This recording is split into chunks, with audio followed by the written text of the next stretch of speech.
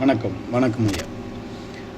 ஒரு நண்பர் நிறையா காவடி டவுட்டுக்கு என்கிட்ட நிறைய கேட்பாங்க. காவடி எடுக்கிறதுனால என்ன நன்மைகள், ஏன் காவடி எடுக்கணும், காவடி எப்படி உருவாச்சு, இது எல்லாமே கேட்பாங்க. ஒவ்வொருத்தரும் ஒவ்வொரு அர்த்தங்கள் சொல்லுவாங்க, அவங்களுக்கு தெரிஞ்சதே. நானும் சொல்கிறேன், ஆனால் 100% உண்மைங்கிறது கிடையாது. எனக்கு முன்னோர்கள் எனக்கு சொல்லி கொடுத்ததே நான் சொல்கிறேன். எத்தனையோ சிவன் அடியார்கள் எங்கிட்ட பேசுவாங்க, காவடி எடுத்துகிட்டு போவாங்க. அவங்க சொல்கிற சில விஷயத்தையும் நான் சொல்கிறேன். இதில் நீங்கள் புரிஞ்சுக்கிறது தான் மெயினாக இருக்கிறது. சரிங்களா? நான் எல்லாமே உண்மைன்னு நான் சொல்ல முடியாது, உண்மையும் இருக்குது. ஆக்சுவலாக நான் வேலை செஞ்சுட்டே பேசுகிறேன், தவறாக நினைக்காதீங்க. ஒரு நண்பர் ஃபோன் போட்டிருந்தார், திருச்சியிலேருந்து ஃபோன் போட்டு, ஐயா இந்த மாதிரி நான் எனக்கு காவடி வேணும் அப்படின்னு கேட்டாங்க. ஐயா காவடி எடுத்துக்கலாம், உங்களுக்கு உத்தரவு கொடுத்ததா, நீங்கள் எப்படி வீட்டானந்து எடுத்துகிட்டு போகிறீங்களா, இல்லை கோயிலேருந்து எடுத்துகிட்டு போகிறீங்களா, இல்லை பாத யாத்திரையாக போகிறீங்களா அப்படின்னு சொல்லி நான் கேட்குறேன். அவர் இல்லைங்க, எனக்கு ரெண்டுமே தான், நான் கோயிலானந்து ஊர் விளையாடிட்டு பாத யாத்திரையும் போவோம் அப்படின்னு சொல்லி கேட்குறாரு. நான் அவருக்கு தெரியல, நிறைய பேருக்கு புதுசாக எடுக்கிறதுனால சில விஷயம் தெரியாது இல்லையா. அதனால் ஐயா உங்கள் பெற்றவங்க, அதாவது அப்பா அம்மா கிட்ட நீங்கள் கேளுங்க, அவங்க என்ன சொல்கிறாங்களோ அதுபடி செய்யுங்க. ஏன்னா காவடிங்கிறது இன்றைக்கி நேற்று வந்தது கிடையாது. ஒரு தமிழர்களுடைய காலங்காலமாக வர்ற ஒரு பண்பாடு, வரலாறு, நிறைய அர்த்தங்கள் இருக்குது.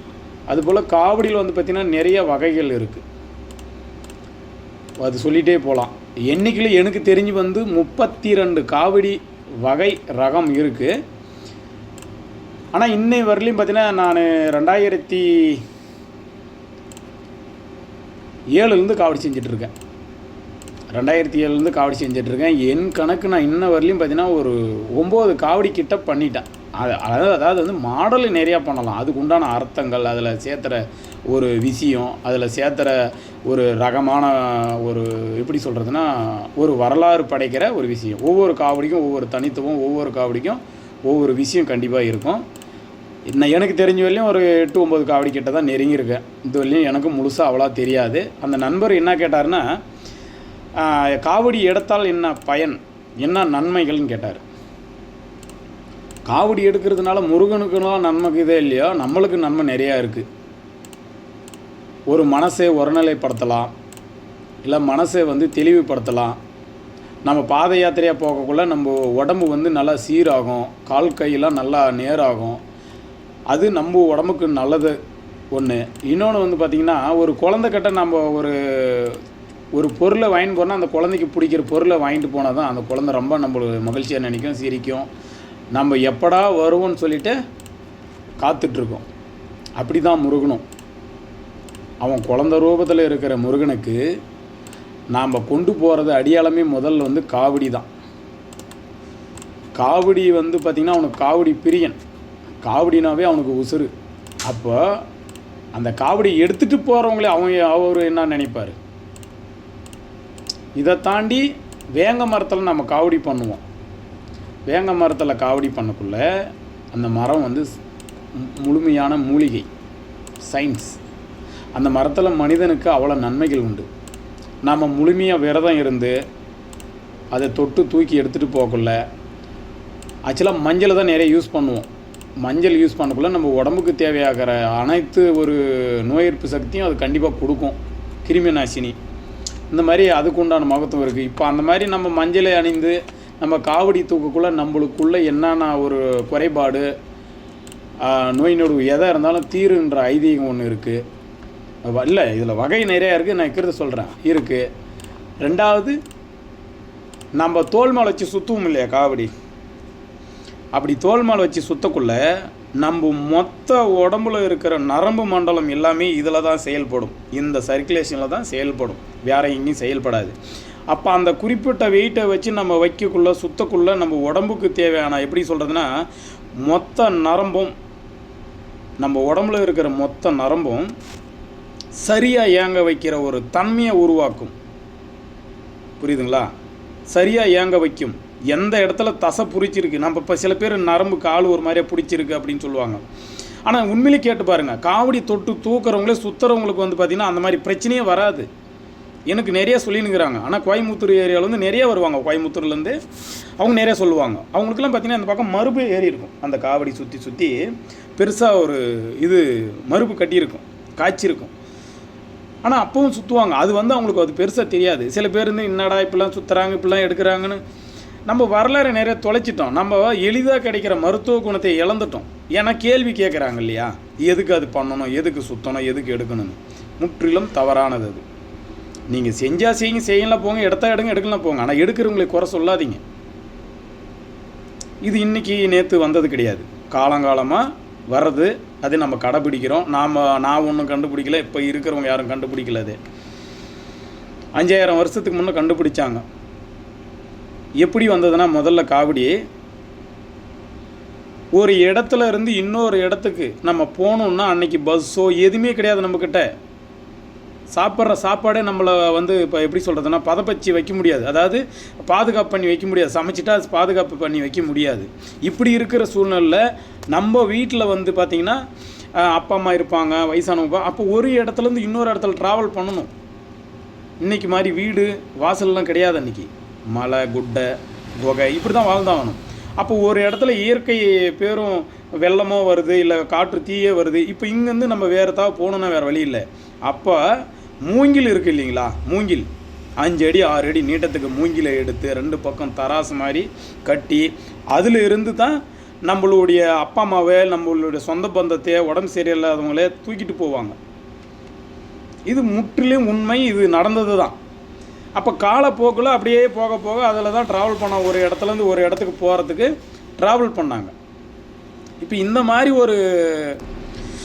மாதிரி ஒரு சூழல் அந்த காலகட்டத்தில் நம்ம முன்னோர்கள் அப்படி வாழ்ந்தாங்க. இது காலங்காலமாக நம்ம கூட வர்றது. இதே போல் தான் நீங்கள் கதையில் யூடியூப்பில் நிறைய கேட்டிருப்பீங்க. இடுமங்கிறவர் வந்து ஒரு மலையை எடுத்துகிட்டு போனார் அப்படிங்கிறது ஒரு கதை. உண்மையாகவும் இருக்கலாம், தெரியாது.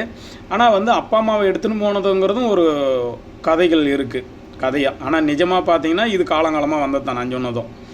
இப்போ முருகனுக்கு எப்படி இது பிடிக்கும் போது பார்த்திங்கன்னா, அவனை நம்ம வந்து தேடி போகலாம். அவனுக்கு என்ன அவனுக்கு அதாவது முருகனுக்கு என்ன பிடிக்குதோ அதை நம்ம எடுத்துகிட்டு போகலாம். அவன் ஆசையாக அன்பாக வருவாங்கிறது எல்லாருக்கும் தெரிஞ்ச விஷயம். அதில் ஒன்று காவடியும். அந்த காவடிக்கு அவ்வளோ முக்கியத்துவம். என் முருகன்னாவே காவடி தான் முதல்ல வந்து நிற்கும், அப்புறம் தான் மற்றது எல்லாமே. நம்ம முருகன் யார்? நம்மளுடைய முன்னோர்கள், என் பாட்டன், என் முப்பாட்டன், இவர் தான். அவருடைய வடிவில் வந்தது தான் நாம். அவங்களுடைய ரத்த டிஎன்ஏல வந்தது தான் நாம். ஏதாவது மாற்றம் இருக்கா? கண்டிப்பாக கிடையாது. அதுதான் உண்மை. நாம் என் பாட்டனே நான் கடவுளாக கும்பிட்றேன். மொத்த என்னுடைய வம்சம், என் குலதெய்வம் எல்லாமே நம்ம கடவுளாக வணங்குறோம். அதில் முருகன் தான் ஃபஸ்ட்டாக வருவான். ஒரு ஆலமரத்தில் அடி வேறு நம்ம நினைக்கணும், கொனையில் இருக்கிறத வச்சு நம்ம நினைக்கக்கூடாது. அடிவேறு தான் முக்கியம். அந்த மாதிரி அடிவேராக வந்தவன் நம் முருகன், முருகா அப்படின்னு சொல்லுவோம். அப்போ அந்த காலகட்டத்தில் நம்மளுடைய முன்னோர்கள் தொட்டு தூக்கக்குள்ள அவங்களுடைய வேர்வை, ரத்தம், அவங்களுடைய ஆசை, பாசம் எல்லாமே வந்து அந்த எடுத்துகிட்டு போகிற மரத்தில் கண்டிப்பாக தேங்கி நிற்கும். அதோடைய உள் உணர்வு அதில் இருக்கும்.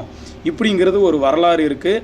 அதை நாம் தொட்டு தூக்கக்குள்ள நம்மளுடைய பாட்டனுடைய ஆசைகள், அவங்க எவ்வளோலாம் கஷ்டப்பட்டாங்க, எப்படிலாம் இருந்தாங்கன்ற ஒரு அந்த டிஎன்ஏ, அதாவது வந்து சயின்ஸாக சொல்ல போகிறது தான் அந்த வேர்வை துளியால் நம்மளுக்கு திரும்பவும் கிடைக்குது. நிறைய பார்த்துருப்பீங்க யூடியூப்லேயே, இல்லை நிறைய சொல்லியிருப்பாங்க, என் பையன் என் பாட்டை மாதிரி பேசுகிறான்டா, என் பையன் அவங்க பாட்டி மாதிரி பேசுது, அந்த வார்த்தையை பேசுது, அந்த வாய்ஸ் வருதுன்னுவாங்க. காரணம் என்னென்னா, அவங்க யூஸ் பண்ணது ஏதாவது ஒரு பொருளை யூஸ் பண்ணியிருப்பாங்க, அதுக்குண்டான ஒரு செயற்கை மாற்றம் நடந்திருக்கும், அந்த ஒரு உணர்வு ஏற்படும். இது போல தான் காலங்காலமாக நம்ம காவடியை எடுத்துகிட்டு வரக்குள்ள என் பாட்டன் எப்படிலாம் இருந்தான், எப்படிலாம் செஞ்சான்னு நம்மளுக்கு கண்டிப்பாக நம்மளுக்கு உண் உறவு வரும். நீங்கள் வெளிப்படையாக வாழ்கிறது வேறு, நீங்கள் தூங்கக்குள்ளே வாழ்கிறது வேறு. அப்போ உங்களுக்கு தூண்டும். அது ஏதோ கற்பனைன்னு நம்ம போயிடுவோம். எப்படி அதுவாக கற்பனை வந்துடும்? நம்மளுக்கு ஏற்கனவே நம்மளுக்கு நடந்தது தான் கற்பனையாக வரும். நடக்காத ஒரு விஷயம்லாம் நம்மளுக்கு கற்பனையாக வராது, நம்ம மைண்டில் பதியாது. அப்போ பதியுதுன்னா ஏற்கனவே நம்ம நடந்ததெல்லாம் ஏதாவது ஒரு பொருள், அதாவது காவடியே வச்சுக்காங்க, அது மூலிமா நம்மளுக்கு ரிட்டர்ன் வருது. இப்படிலாம் நம்ம இருந்தோம். ஏன் 7ஆம் அறிவில் படம் பார்த்துக்கலையா? அதில் உண்மை தான். சயின்ஸாக நம்மளுடைய டிஎன்ஏ வந்து மாறும். 6 வயசில் ஒரு மாதிரி, 12 வயசில் ஒரு மாதிரி, 20 வயசில் ஒரு மாதிரி. இப்போ ஒவ்வொரு வயசுக்கு தகுந்த மாதிரி நம்ம உடம்பு மாற்றங்கள் ஏற்பாடக்குள்ளே இதுவும் நடக்கிறது உண்மை தான், நம்ம எடுத்துப்போம். ஆனால் காவடி வந்து பார்த்திங்கன்னா வேங்க மரத்தில் தான் மெயினாக செய்வாங்க. வேங்கை வந்து செவ்வாயுடைய அதிபதி, முருகனும் செவ்வாயுடைய அதிபதி. செவ்வாய்க்கு உண்டானது. செவ்வாய்னா கோபம், நேர்மையாக இருக்கணும். நிறைய பேர் நினைப்பாங்க எந்த மரத்தினாலும் செஞ்சுக்கலாம், அதனால் ஒன்றும் பிரச்சனை இல்லை அப்படின்னு நினைக்கிறவங்களாம் நிறைய பேர் இருப்பாங்க. ஆனால் அது வந்து ஒவ்வொருத்தருடைய மனசை பொறுத்து தான். ஆனால் காவடி நாள் வேங்க மரம் தான் உகந்தது. வேங்க மரத்தில் தான் செய்யணும். அதில் தான் அவன் குதி கொள்ளுவான், உயிர் தின்று எழுந்து வருவான், உயிர் தோழுவான். எல்லாமே அதில் அர்த்தங்கள் இருக்குது. இப்போ நான் சொல்கிற சுலபமாக, இப்போ நான் எவ்வளவோ சாதனை பண்ணலாம் நான் இருந்தாலும் என் காவடி வந்து பார்த்திங்கன்னா எடுத்து தொட்டு தூக்குறேன். நான் சுத்தக்குள்ளலாம் பார்த்தீங்கன்னா என் உடம்பு நலையும், காவடியுடைய தண்டு பூரா நனைஞ்சு போயிடும். அப்போ வருஷம் நனைஞ்சு ஊறும்.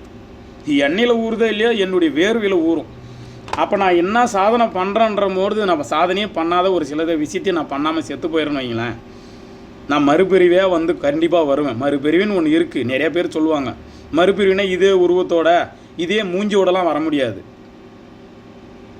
உள்ளே இருக்கிற சிந்தனையும் நம்மளுடைய செயல்பாடும் கண்டிப்பாக வரும். நம்மளுடைய ஆற்றல் கண்டிப்பாக இன்னொரு உடம்புக்குள்ளே கண்டிப்பாக வருது. நிறைய பேர் மறுபிரிவினா இதே மூஞ்சியோடு வரும்னு நினைக்கிறாங்க. அதெல்லாம் கிடையாது. அப்படி வரக்குள்ளே நான் செய்ய முடியாத சாதனைகள் வந்து நான் செய்யணும்னு ஒரு உள்ளுணர்வு நமக்குள்ளே நோண்டிகிட்டே இருக்கும், ஓடிட்டே இருக்கும். அப்போ அதை தொட்டு தூக்கக்குள்ளே நான் இன்னும் 3 பேர், அதாவது வந்து பார்த்திங்கன்னா ஒரு 100 வருஷம் கழிச்சு வரலாம், இல்லை ஒரு 150 கழிச்சு வரையும் அந்த என்னுடைய பிறவிகள் வரலாம். அப்படி வரக்குள்ளே நான் அதை தொட்டு தூக்குள்ள நான் இழந்தது எல்லாமே திரும்ப எனக்கு கிடைக்கும். என்கிட்ட நிறைய பேர் சொல்லியிருக்காங்க. பழைய காவடி இன்னும் நான் வந்து பார்த்திங்கன்னா 300-200 வருஷத்து பழைய காவடிலாம் நான் ஆர்டர் பண்ணி சரி பண்ணி கொடுத்துருக்கேன். அது இப்படிலாம் நிறைய போட்டால் நிறைய வீடியோ போடலாம். டைமில் நான் வேலை செஞ்சே தான் பேசுகிறேன். அப்போ ஏன் அது அவங்க நினச்சா அவங்க புதுசாகவே செய்யலாமே? ஏன் அவங்க வந்து பழைய ரெடி பண்ணுறாங்கன்னா அதில் அவ்வளோ விஷயம் இருக்குது. எவ்வளோ பார்த்துருக்கோம், எவ்வளோ கஷ்டம் நஷ்டம் பார்த்துருக்கோம், எவ்வளோ ஒரு புண்ணியத்தை பார்த்துருக்கோம், எவ்வளோ பூஜையை பார்த்துருக்கோம். இது எல்லாமே வந்து பார்த்திங்கன்னா இழந்துடக்கூடாதுன்னு அவங்க புதுசாக அந்த பழைய காவடியை புதுப்பிச்சு எங்கிட்ட கேட்பாங்க. நானும் ரெடி பண்ணி கொடுத்துருக்கேன். புது காவடி எடுத்துகிட்டு போகிறத விட அந்த பழைய காவடி எடுத்துகிட்டு போகிறதுல மிகவும் மகிழ்ச்சியாக இருப்பாங்க. இந்த மாதிரி ஒவ்வொரு காவடிங்கிறது ஒவ்வொரு விஷயம் இருக்குது. நாம் போய் ஒரு எப்படி சொல்கிறதுனா, நீங்கள் ஒரு எக்ஸசைஸ் பண்ணால் உங்களுக்கு வந்து உடம்பு சீராகும், நல்லாகும்னு யாரும் சொன்னால் யாரும் கேட்குறதில்ல. ஆனால் உண்மையிலேயே அந்த காவடி எடுத்து சுத்தக்குள்ளலாம் பார்த்திங்கன்னா உடம்பு அப்படி இரும்பு மாதிரிக்கும். ஒரு 10 நாள் சுற்றிட்டிங்கன்னு வைங்களேன், நல்லா சுற்றி எடுத்து ஆடிட்டிங்கன்னா 10 பேர் வந்தாலும் சமாளிப்பீங்க. ஏன்னா அவ்வளோ வித்தை இருக்குது, அதில் அவ்வளோ விஷயம் இருக்குது. இன்னும் காவடி பற்றி நிறைய சொல்லலாம். ஆக்சுவலாக நிறைய பேருக்கு புரியாது, என்னடா இவன் இதை சொல்லிகிட்ருக்கான் அப்படின்னு நினைக்கலாம். அதை பற்றி இல்லை, தெரியாதவங்க தெரிஞ்சுக்கிட்டு தான் அந்த வீடியோ போடுறேன். நான் முழுசாக சொல்லிடுறேன். அந்த வேங்க மரத்தில் வந்து பார்த்திங்கன்னா கேஸ்டின்னு ஒரு உலோகம் இருக்கும், மண்ணில் தான் கிடைக்காது. அந்த உலோகத்தை தக்க வைக்கிற ஒரே தன்மை கருங்காலிக்கு, வேங்க மரத்துக்கு, இன்னொன்று வந்து பார்த்திங்கன்னா ரோஸ்வுட் ஒன்று சொல்லுவாங்க, அதுலேயும் இருக்கும். உப்பு மாதிரி ஒரு பூக்கும். ஆக்சுவலாக சிப்பை உடச்சி பார்த்திங்கன்னா அதுக்குள்ளே மண் கண்டிப்பாக சேர்ந்துருக்கும். அதுதான் அந்த மெமரி ஸ்டோரேஜ். இது எல்லாம் அந்த மரத்தோட ஒண்டி வாழும். அந்த மரத்தில் வந்து செயல்பாடாக இருக்கும். காலங்காலமாக அந்த மரமும் அழியாது, நம்மளுடைய நினைவுகளும் அழியாது. இதுதான் உண்மை. ஒவ்வொருத்தரும் காவடி எடுக்கிறவங்களை கேளுங்க. உண்மையிலே மனசாட்சியோட அவங்களே உங்கள் பக்கத்துலேயோ இல்லை தெரிஞ்சவங்களே இந்த கேளுங்க. ஏங்க நீங்கள் காவடி தொட்டு தூக்குறீங்களே, போன வருஷம் தூக்கிறதுக்கும் இந்த வருஷம் நீங்கள் எடுக்கிறதுக்கு ஏதாவது வித்தியாசம் தெரியுதுன்னா கண்டிப்பாக தெரியும். இந்த முன்னோர்களுடைய ஆற்றல் வரும். அது பழைய காவடிக்குன்றது இல்லை, புது காவடியிலையும் வரும். குறைஞ்சபட்சம் ஒரு 3-4 வருஷம் ஆகணும். நான் எங்கேருந்து வந்தேன்? நான் ஆகாயத்துலேருந்து பிழிஞ்சு வந்தேன். இல்லை ஆகாயத்துலேருந்து நான் குச்சேன் நான் இல்லை. முற்காலத்தில் என் பாட்டன் முருகன் எடுத்த தொற்று தூக்குனது எல்லாமே நான் எடுக்கிறேன்ப்ப. நான் அங்கேருந்து தானே வந்தேன். அப்போ அவனுக்கு இருக்கிற சிந்தனையும் செயல்பாடும் எனக்கு வராதா என்ன? நம்மளாம் கடவுள் கிடையாது, மனுஷன்தான். என் பாட்டன் வந்து மனுஷனாக ஆகி பல மக்களை வந்து பார்த்திங்கன்னா காப்பாற்றி ஒரு தமிழால் ஒரு தமிழ் ஒன்று கூடி தமிழ் புலவன் வழிநடத்தி சென்றான். அவனை நம்ம வணங்குறோம். என் முப்பாட்டன் என் முருகன், அதுலேருந்து பிரிஞ்சு வந்தது தான் எல்லாமே. இன்றைக்கி நம்ம நினைக்கலாம், முன்னே சொல்லிட்டான், ஆணி வேறு தான் முக்கியம், அதுலேருந்து வர்ற பல கிளைகள் வரும், அதில் நான் பெருசு நீ பெருசுன்னு 1000 சொல்லிக்கலாம். ஆணி வேறு தான் முக்கியம். இந்த மாதிரி நிறையா சொல்லிகிட்டே போகலாம். நன்றி நண்பர்களே, மறுபடியும் சந்திக்கலாம்.